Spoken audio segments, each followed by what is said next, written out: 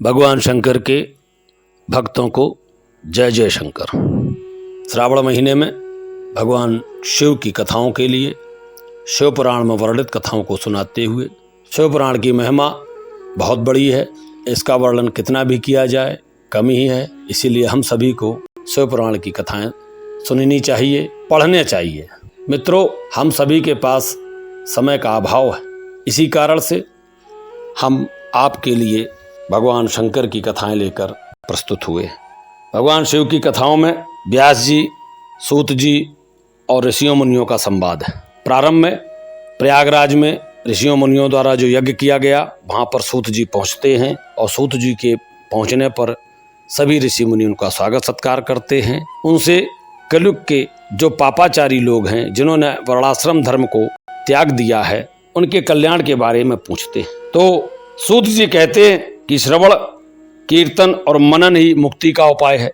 तो ऋषि कहते हैं कि हे सूत जी, आपने श्रवण, कीर्तन और मनन को मुक्ति का उपाय बताया है, किंतु जो मनुष्य इन तीनों साधनों में असमर्थ हो, वह मनुष्य कैसे मुक्त हो सकता है? किस कर्म के द्वारा बिना यत्न के ही मोक्ष मिल सकता है?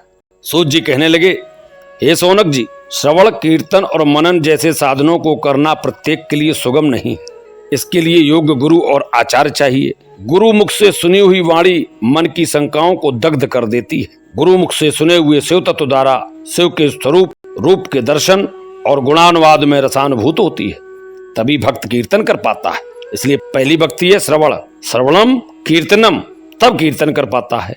यदि ऐसा न कर पाता है तो मोक्षार्थी को चाहिए कि वह भगवान शंकर के लिंग एवं मूर्ति की स्थापना करके रोज उनकी पूजा करे। इससे वह संसार सागर से पार हो सकता है। अपनी शक्ति और सामर्थ्य के अनुसार धनराज से शिवलिंग या शिवमूर्ति की स्थापना कर भक्ति भाव से भक्त को उसकी पूजा करनी चाहिए। श्री शिव जी ब्रह्म स्वरूप और निष्कल अर्थात कला रहित भी हैं, बिना कला के भी हैं और कला सहित भी। मनुष्य इन दोनों स्वरूपों की पूजा करते हैं। शंकर जी को ये ब्रह्म की पदवी भी प्राप्त है। कला मूर्ति भगवान शिव की मूर्ति पूजा भी मनुष्यों द्वारा की जाती है। वेदों ने भी इस तरह की पूजा की आज्ञा प्रदान की है। सनत कुमार जी कहते हैं, हे नंदकेश्वर, ये सनत कुमार जी और नंदकेश्वर जी का संवाद है। कह रहे पूर्व काल में लिंगबेर और मूर्ति के उत्पत्ति के संबंध में हमें बताइए।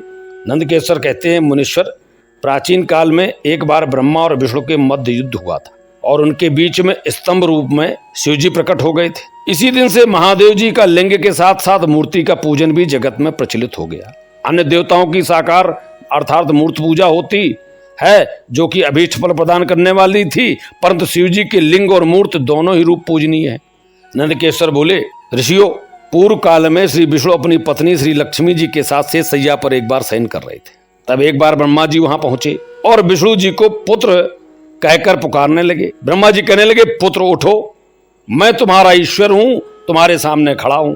जब यह विष्णु भगवान ने सुना तो उन्हें थोड़ा क्रोध आ गया, परंतु भगवान, जानते हो आप लोग, विष्णु भगवान वह शांत रहे। कहने लगे, हे पुत्र, तुम्हारा कल्याण हो, कहो पिता के पास कैसे आना हुआ? यह सुनकर ब्रह्मा जी ने कहने लगे, मैं तुम्हारा रक्षक हूँ, मैं सारे जगत का पितामह हूँ। तो भगवान विष्णु ने कहा, सारा जगत मुझ में निवास करता है, मेरी नाभि कमल से प्रकट होकर भी मुझसे तुम ऐसी बातें कर रहे हो? इस प्रकार श्री ब्रह्मा जी और श्री विष्णु जी दोनों में विवाद होने लगा। तब वे दोनों को अपने को प्रभु कहने लगे। ब्रह्मा जी अपने को प्रभु कहते और विष्णु भगवान अपने को प्रभु कहते और एक दूसरे का वध करने को तैयार हो गए। वे हंस पर बैठ गए, वे गरुड़ पर बैठ गए, दोनों लोग युद्ध करने लगे। ब्रह्मा जी के वध स्थल में विष्णु भगवान ने अनेकों प्रकार के अस्त्रों का प्रहार करके उन्हें व्याकुल कर दिया और इससे कुपित होकर ब्रह्मा जी ने भी पलटकर भयानक प्रहार किए। परस्पर आघातों से देवताओं में हलचल मच गई। वे घबराए और भगवान शंकर के पास गए, सारी व्यथा सुनाई। भगवान शिव अपनी सभा में माता उमा देवी सहित सिंहासन पर विराजमान थे और मंद मंद मुस्कुरा रहे थे। महादेव जी कहने लगे, पुत्रों, मैं जानता हूं तुम ब्रह्मा और विष्णु के परस्पर युद्ध से बहुत दुखी हो, तुम डरो मत, मैं अपने गणों के साथ तुम्हारे साथ चलता हूं। तब भगवान शंकर अपने नंदी पर आरूढ़ हो देवताओं और युद्ध स्थल की ओर चल दिए। मित्रों, वहां छिप कर वे ब्रह्मा विष्णु के युद्ध को देखने लगे। उन्हें जब यह ज्ञात हुआ कि वे दोनों एक दूसरे को मारने की इच्छा से महेश्वर और पाशपात अस्त्रों का प्रयोग करने जा रहे हैं, तो वे युद्ध को शांत करने के लिए महाअग्नि के तुल्य एक स्तंभ रूप में ब्रह्मा और विष्णु के मध्य में खड़े हो गए। महाअग्नि के प्रकट होते ही दोनों के अस्त्र स्वयं ही शांत हो गए। अस्त्रों को शांत होते देख ब्रह्मा और विष्णु दोनों कहने लगे कि इस अग्नि स्वरूप स्तंभ के बारे में हमें जानकारी करनी चाहिए। दोनों ने उसकी परीक्षा लेने का निर्णय किया।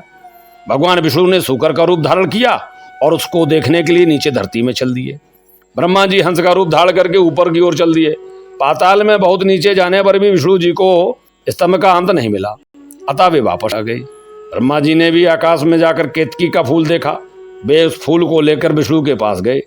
विष्णु ने उनके चरण पकड़ लिए कि यहाँ तो उनको मिल गया, भाई केतकी का फूल मिल गया, और केतकी के फूल से गवाही दिला दी। ब्रह्मा जी को छल को देखकर भगवान शिव प्रकट हो गए, जान गए ब्रह्मा जी ने छल किया था, झूठ कहा था कि मुझे उस स्तंभ का जो है आदि मिल गया है। नंदकेश्वर बोले, महादेव जी ब्रह्मा जी के छल पर अत्यंत क्रोधित हुए कि तुमने ये झूठ क्यों बोला कि मुझे शिवलिंग का जो है आरंभ मिल गया। तो उन्होंने अपने तीसरी आंख में से भैरव को प्रकट कर दिया और आज्ञा दी कि उनको दंड दे। ब्रह्मा जी को आज्ञा पाते ही भैरव ने ब्रह्मा जी के बाल पकड़ लिए और उनका 5वां सिर काट लिया। यहाँ से भैरव की प्राकट्य का यहाँ पर सुंदर वर्णन आता है। 5वां सिर उनका जो तो काट दिया था, ब्रह्मा जी के 4 ही मुख सिर रह गए। तो ब्रह्मा जी डर के मारे कांपने लगे। उन्होंने भैरव के चरण पकड़ लिए, क्षमा मांगने लगे। विष्णु भगवान ने भगवान शिव से प्रार्थना की कि आपकी कृपा से ब्रह्मा जी को 5वां सिर मिला था, अतः आप इन्हें क्षमा कर दें। आपकी ही कृपा से इनका 5वां सिर था, अब आपने ले लिया। तब शिव जी की आज्ञा पाकर ब्रह्मा ने को भैरव ने छोड़ दिया। शिव जी ने कहा, तुमने प्रतिष्ठा और ईश्वरत्व को दिखाने के लिए छल किया है, इसलिए मैं तुम्हें श्राप देता हूं कि तुम सत्कार, स्थान व उत्सव से विहीन रहोगे। यहाँ पर ये जो भगवान शंकर ने ब्रह्मा जी को श्राप दिया था, उसी के कारण आप देखते हैं कि संसार में ब्रह्मा जी के मंदिर कम मिलते हैं। पुष्कर में है यहाँ पर, और ब्रह्मा जी की पूजा कम की जाती है। ऐसा तो नहीं कह सकते हैं कि ब्रह्मा जी की पूजा की ही नहीं जाती, प्रत्येक यज्ञ में ब्रह्मा की पूजा होती है। ये भ्रम की बात है, इसको मैं स्पष्ट कर दूं कि भ्रमात्मक बात है कि ब्रह्मा जी की पूजा नहीं होती। परंतु लौकिक रूप में जिस प्रकार से देवताओं के मंदिर स्थापित करके पूजा की जाती है, उस प्रकार से ब्रह्मा जी के मंदिर स्थापित करके पूजा नहीं होती है। तो ब्रह्मा जी को अपनी गलती का पछतावा हो चुका था। भगवान शिव के चरण पकड़कर क्षमा मांगी और निवेदन किया कि उनका 5वां सिर पुनः प्रदान किया जाए।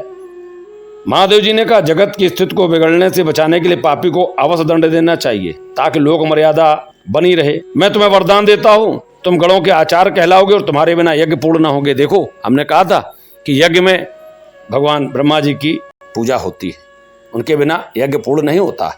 और फिर उन्होंने केतकी के पुष्प से कहा, रे दुष्ट केतकी पुष्प, तुमने झूठ बोला, अतः तुम मेरी पूजा के अयोग्य रहोगी। इसलिए भगवान शंकर की पूजा में केतकी का पुष्प कभी नहीं चढ़ाना चाहिए। केतकी पुष्प बहुत दुखी हुआ, चरणों में क्षमा मांगने लगा। तब महादेव जी ने कहा, तेरा वचन तो झूठा नहीं हो सकता, तुझे दंड तो मिलेगा, इसलिए तू मेरे भक्तों के योग्य हो जा, इस प्रकार तेरा जन्म सफल हो जाएगा। तो केतकी का फूल प्रयोग खूब होता है, परंतु भगवान शंकर की पूजा में प्रयोग नहीं होता है। और इस प्रकार से केतकी के पुष्प को भी श्राप मिला। जो जैसा करता है उसे वैसा दंड अवश्य मिलता है।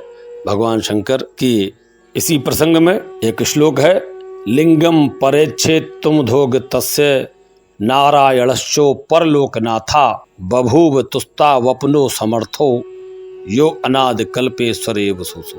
तो यह श्लोक हमें बताता है कि जब भगवान शंकर लिंग रूप में प्रकट हुए तो ब्रह्मा और विष्णु ने किस प्रकार से उनकी परीक्षा की, परंतु उस लिंग का आदि अंत पा नहीं सके। इसी के साथ कथा को विराम।